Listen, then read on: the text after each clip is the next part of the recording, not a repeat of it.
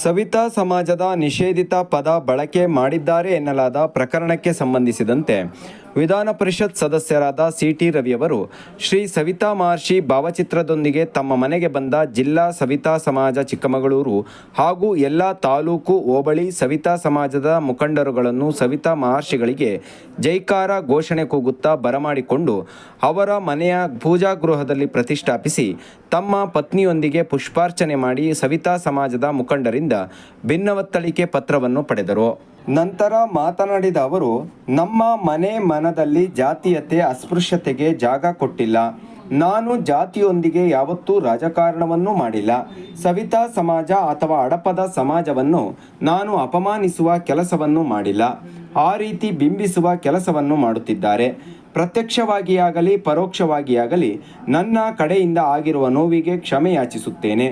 ನಿಷೇಧಿತ ಪದ ಬಳಕೆ ಬಗ್ಗೆ ಸರ್ಕಾರದ ಗಮನಕ್ಕೆ ತಂದು ಕಾಯ್ದೆ ರೂಪ ನೀಡುವ ಹಾಗೂ ಪ್ರತ್ಯೇಕ ಸ್ಥಾನಮಾನ ನೀಡುವ ಬಗ್ಗೆ ಸದನದಲ್ಲಿ ವಿಷಯ ಮಂಡನೆ ಮಾಡುವ ಜವಾಬ್ದಾರಿಯನ್ನು ಸಹ ನನ್ನ ಮೇಲೆ ನಂಬಿಕೆ ಇರಿಸಿ ನನಗೆ ನೀಡಿದ್ದು ಇದನ್ನು ಕಾರ್ಯಗತಗೊಳಿಸುತ್ತೇನೆ ಎಂದು ಹೇಳಿದರು. ಹೇಳಲಿಕ್ಕೆ ಬಯಸ್ತೇನೆ, ನನ್ನ ಸಾರ್ವಜನಿಕ ಜೀವನ 4 ದಶಕಗಳ ಸಾರ್ವಜನಿಕ ಜೀವನ. ನಮ್ಮ ಮನದಲ್ಲೂ ನಮ್ಮ ಮನೆಯಲ್ಲೂ ಜಾತೀಯತೆ ಮತ್ತು ಅಸ್ಪೃಶ್ಯತೆಗೆ ಜಾಗ ಕೊಟ್ಟಿಲ್ಲ. ನಮ್ಮ ಮನಸ್ಸಿನಲ್ಲೂ ಕೊಟ್ಟರೆ ತಾನೇ ಮನೆ ಜಾಗ ಇರೋದು. ಮನಸ್ಸಿನಲ್ಲೂ ಕೊಟ್ಟಿಲ್ಲ, ಮನೆಯಲ್ಲೂ ಕೂಡ ಜಾಗ ಕೊಟ್ಟಿಲ್ಲ.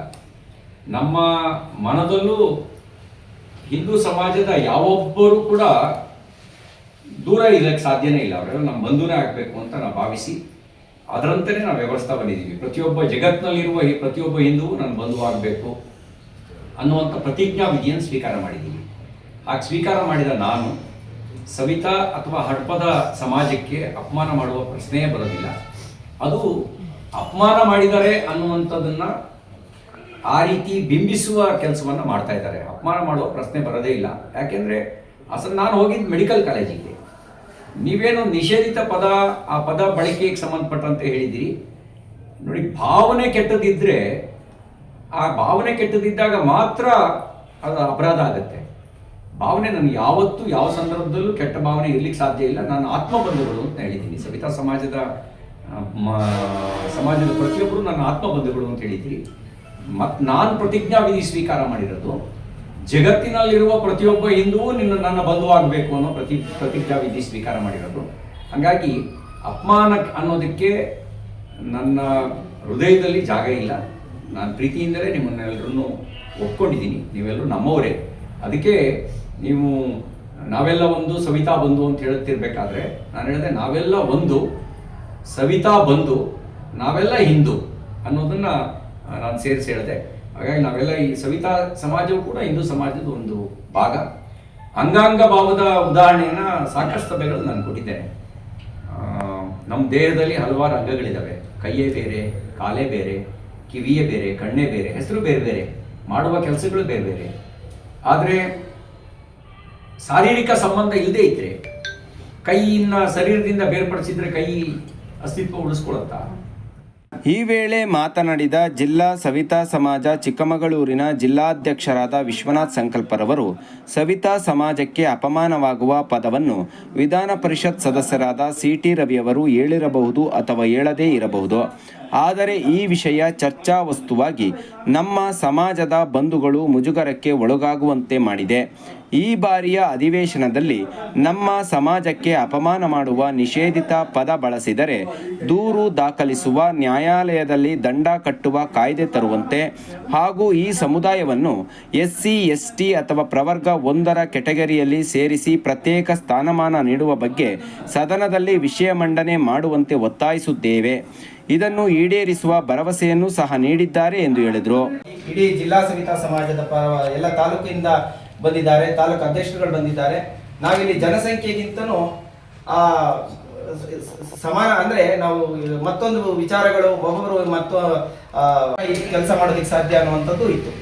ಈ ಪತ್ರಿಕೆಯನ್ನು ರೆಡಿ ಮಾಡ್ಕೊಂಡಿದ್ವು. ಅವರಿಗೆ ಆಲ್ರೆಡಿ ಈ ಇನ್ಸಿಡೆಂಟ್ ಆಗಿರಲಿಲ್ಲ ಅಂತಿದ್ರೆ ಅವ್ರನ್ನ ನಾವು ಕಂಡು ಈ ಪತ್ರವನ್ನು ಕೊಡ್ತಾ ಇದ್ವು.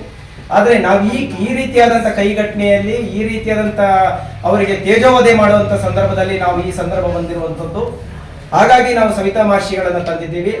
ಅವರು ಕೂಡ ಬಹಳ ನಾವು ಕೇಳಿದ ಅವರು ಹೇಳಿದ್ರು, ಸವಿತಾ ಮಹರ್ಷಿಗಳನ್ನ ತಗೊಬನ್ನಿ, ನನ್ನ ಮನೆ ಗೃಹದ ನನ್ನ ಪೂಜಾ ಕೋಣೆಯಲ್ಲಿ ಇಟ್ಕೊಂಡು ನಾವು ಪೂಜೆ ಮಾಡ್ತೀವಿ. ಅಲ್ಲಿ ನಾವು ಹೇಳ್ತೀವಿ ಅಂತ. ಯಾಕೆಂದ್ರೆ ಅವರು ನಮ್ಮ ಎಲ್ಲ ಮಠಾಧೀಶರನ್ನ ಕರೆದಾಗ ನಮ್ಮ ಸವಿತಾ ಮಹರ್ಷಿಗಳ ಮಠಾಧೀಶರು ಇಲ್ಲಿ ಬಂದು ಅವರಿಗೂ ಕೂಡ ಪೂಜ್ಯನೀಯವಾದಂಥ ಭಾವನೆಯನ್ನು ಕೊಟ್ಟಂತ ವ್ಯಕ್ತಿ ನಮ್ಮ ರವಿಯಣ್ಣನವರು. ಹಾಗಾಗಿ ನಮ್ಮ ಬೇಡಿಕೆ ಹೀಗಿದೆ. ನಮ್ಮ ಬೇಡಿಕೆಯಲ್ಲಿ ಕಷ್ಟ ಸುಖಗಳನ್ನ ಸದನದಲ್ಲಿ ಮಾತಾಡಬೇಕು, ನಮ್ಮ ಅವಶ್ಯಕತೆಗಳನ್ನ, ನಮ್ಮ ಬೇಡಿಕೆಗಳನ್ನು ಈಡೇರಿಸಬೇಕಾಗಿದೆ. ಈಗಾಗಲೇ ಬಹಳಷ್ಟು ಹೋರಾಟಗಳನ್ನು ಮಾಡಿದ್ದೀವಿ. ಸನ್ಮಾನ್ಯ ಸ್ಪೀಕರ್, ಮಾಜಿ ಸ್ಪೀಕರ್ ಆಗಿರುವಂತಹ ರವಿಕುಮಾರ್ ಸಾಹೇಬರು ಇರ್ಬೋದು, ಬೇರೆ ಬೇರೆ ದೊಡ್ಡ ದೊಡ್ಡ ವ್ಯಕ್ತಿಗಳು ಅವಮಾನ ಮಾಡಿದಾಗಲೂ ಕೂಡ ಪದಗಳನ್ನು ಬಳಸಿದಾಗ ನಾವು ಹೋರಾಟಗಳನ್ನು ಮಾಡಿ ಬಹಳ ರಾಜ್ಯಾದ್ಯಂತ ಹೋರಾಟ ಮಾಡಿದ್ರು ಅದರ ಪ್ರತಿಫಲ ಶೂನ್ಯ. ಕ್ಷಮೆ ಕೇಳೋದ್ರಿಂದ ಅವರು ಸಣ್ಣವರಾಗೋದಿಲ್ಲ, ಸಮಾಜ ದೊಡ್ಡದಾಗೋದಿಲ್ಲ. ಆ ಉದ್ದೇಶದಿಂದ ನಮ್ಮ ಸಮಸ್ಯೆ ಏನಾಗಿದೆ, ಈ ಸಮಸ್ಯೆಗೆ ಒಂದು ಶಾಶ್ವತವಾಗಿರುವಂಥ ಪರಿಹಾರ ಕೊಡಬೇಕು. ಈ ಪರಿಹಾರ ಕೊಡೋದಿಕ್ಕೆ ನಮ್ಮ ರವಿಯಣ್ಣ ತಮ್ಮ ಮೂಲಕ ಘನ ಸರ್ಕಾರದಲ್ಲಿ ವಿನ್ನವಿಸಿಕೊಳ್ಳುವುದೇನೆಂದರೆ, ತಾವುಗಳು ಈ ಬಾರಿಯ ಸದನ ಸಭೆಯಲ್ಲಿ ಸವಿತಾ ಸಮಾಜಕ್ಕೆ ಅಪಮಾನವಾಗುವ ಪದ ಬಳಕೆಯ ವಿಷಯವನ್ನು ನಿಷೇಧಿಸುವ ಹಾಗೂ ಅದನ್ನು ಬಳಸುವ ವ್ಯಕ್ತಿಗಳ ಮೇಲೆ ದೂರು ದಾಖಲಿಸಿ ನ್ಯಾಯಾಲಯದಲ್ಲಿ ದಂಡ ಸಲ್ಲಿಸುವಂತಹ ದಶಕಗಳ ನಮ್ಮ ಹೋರಾಟದ ವಿಷಯವನ್ನು ಈ ಬಾರಿಯ ಅಧಿವೇಶನದಲ್ಲಿ ಮಂಡಿಸಿ ಕಾಯ್ದೆ ರೂಪಗೊಳಿಸಿ ಸುಖ ಸುಮ್ಮನೆ ನಮ್ಮ ಸವಿತಾ ಸಮಾಜವನ್ನು ಅಪಮಾನವಾಗುವುದನ್ನು ತಪ್ಪಿಸಬೇಕೆಂದು ತಮ್ಮಲ್ಲಿ ವಿನಂತಿಸಿಕೊಳ್ಳುತ್ತಿದ್ದೀವಿ.